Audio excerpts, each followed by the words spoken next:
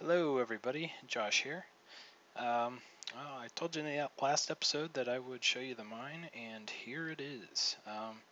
This is not the mine located under the little cottage I had at spawn. This is a different location. This mine is located under or in an extreme hills biome. And the reason I chose the extreme hills biome is so that I could collect emeralds through mining, which is nice. But yeah, basically all I did was I found about the center spot of the biome and dug down to Y5, and I created a pinwheel mine. Now this design is not mine. Whoa, where'd you come from?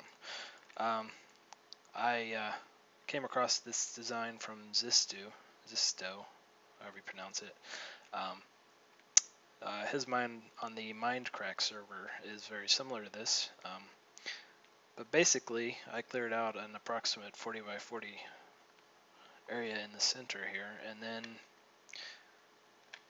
on each wall, it continues. So this strip of the mine can keep going indefinitely, as can this one. So, just give you an idea of what this mine has produced for me. I've got a stack and a half of diamond ore. I've got almost a stack and a half of gold.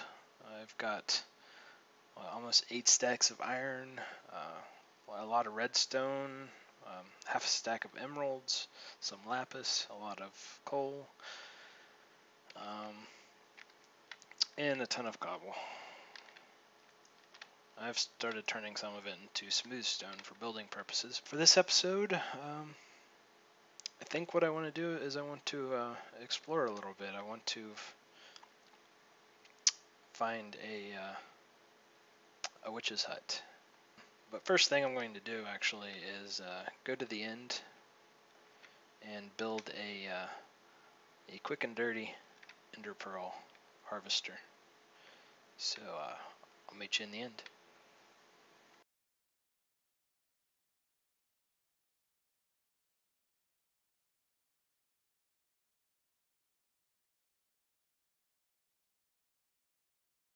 Alright, well I got 5 stacks of ender pearls here. I think that's plenty for now. When I said quick and dirty, I meant quick and dirty. This basically keeps me protected. Oh, I think I looked at one.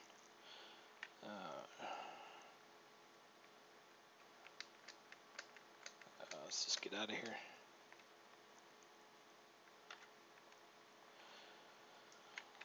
It's nighttime. Let's go ahead and sleep it off. But what I think I'm going to do is go back to the stronghold and set off exploring from there. So I'll meet you there at Stronghold. Alright, I'm here at Stronghold. Let's get up to the surface.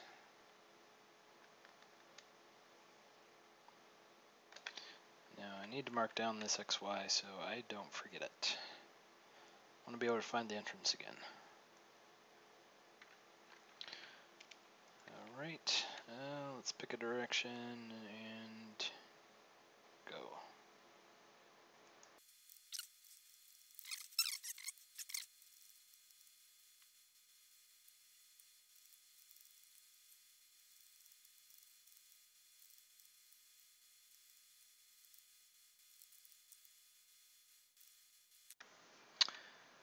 Well, it took me forever, but I finally found one.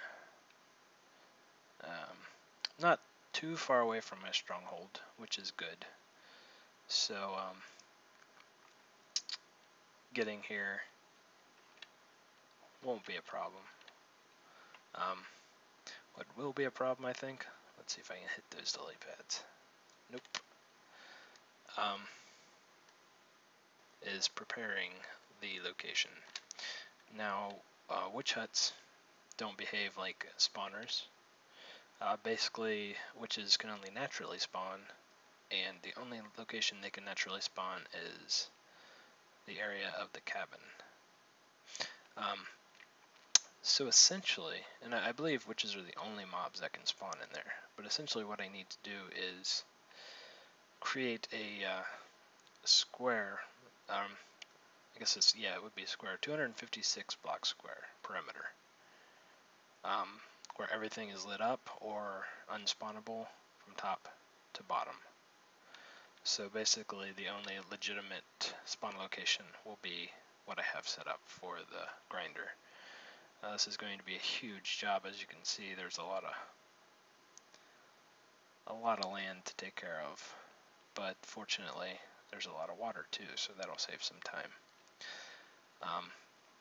This is definitely going to be a long-term project. I don't know if I'm going to get it all done. Whoops. Relatively soon or not. I want to start working on it, but it's going to take a very long time. But yeah, so I guess I'll start. Let's see. Start taking out some trees. Alright, well, it took me a while, but I got a nice big square of land cleared. Basically, I started counted from here. 128 blocks that way, 128 blocks that way, 128 blocks that way, and 128 blocks that way. Basically made a big square. You can see some of the pylons I made to indicate the corners. You can barely see that one, but yeah, there's a lot of wood, as you can see. I got 20, 18, 19, 20, 21, 22, 23, almost 23 full stacks of spruce wood, and what's that? Almost 7 stacks of oak. And I'm sure I missed a bunch of them because I was more focused on just taking them out as quickly as possible. And yeah, so the idea is I will stand here, and the witches will spawn over there, and then you have the whole trap that will take care of them, bring the items to me, or do an item portal so that the items are sent to the nether, where I can just go AFK here for hours and then go collect the loot afterwards. So the next step is to level off the ground, like the big hills over there and the desert there. So I've got to go get my TNT. So yeah, I'll be back. Well, it took a very long time, but the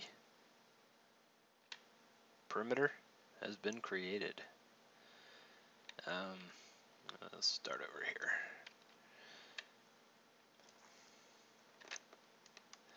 Yes, this was quite an effort.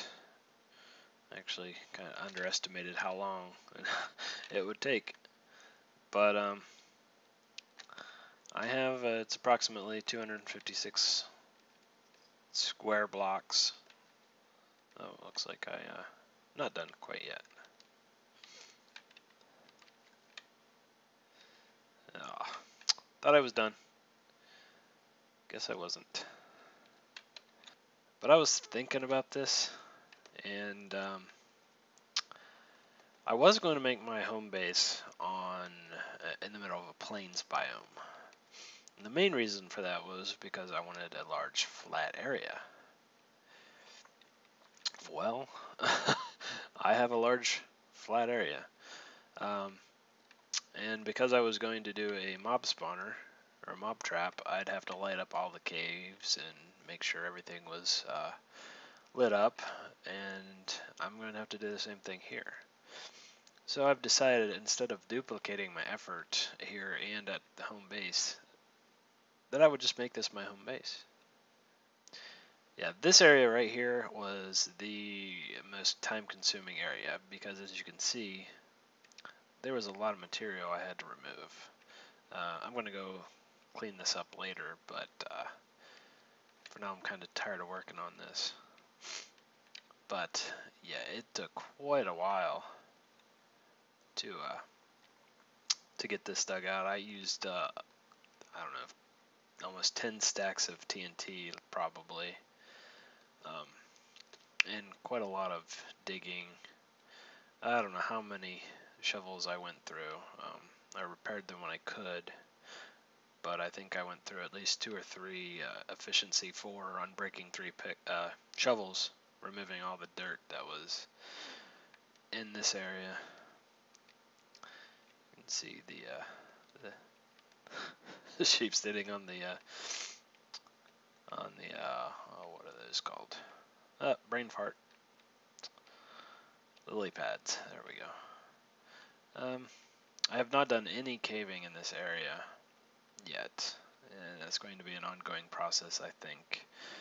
I've decided to take a break on this and do a little bit of work on the Enderman farm, actually. So I'll take you to the Enderman farm. Let's make a trip to the end, and I'll show you what I've done. All right, here I am in the end, and this is how I used to collect my ender pearls. You know, I'd look at an Enderman, get him mad, he'd come over here, and I'd hit him 6 times with my looting 3 sword. And then I'd get an ender pearl or 4. Well, as you can see, my looting 3 sword is quite damaged, and unfortunately I can't really repair it. I've tried. It's too expensive. So I decided to start my Enderman farm, since I enjoy using the ender pearls. They make things much faster. So I did a little work here. Got my chest set up and made a staircase. I used the bucket of water trick, and I died like 3 times. Now I don't have enough resources quite yet to complete the Enderman farm, so my plan is actually to just do a couple layers just to get it running, and finish it as I gather more resources. If you're wondering, this is going to be the main track up here to get to the farm. This is a service track, I guess, so I can access the bottom for whatever reason if I want to do redstone or something like that. So that's why that's up there. Really all I've got done is I made a 39 by 20 platform here. This will be my base. The actual farm will be at this level.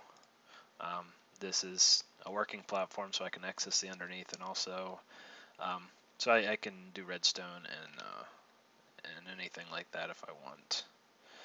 I'm going to do a design based off Doc M's tutorial.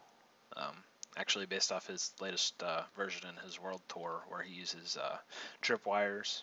I think that'll save on redstone. You don't need repeaters. Just a lot of tripwires, hooks, and string. Fortunately, I don't have enough string yet, and I'm going to have to probably build a spider farm or a cave spider farm in order to get enough resources for that. So I'm probably going to be working on this for a while, and I'll give you progress updates as I make them.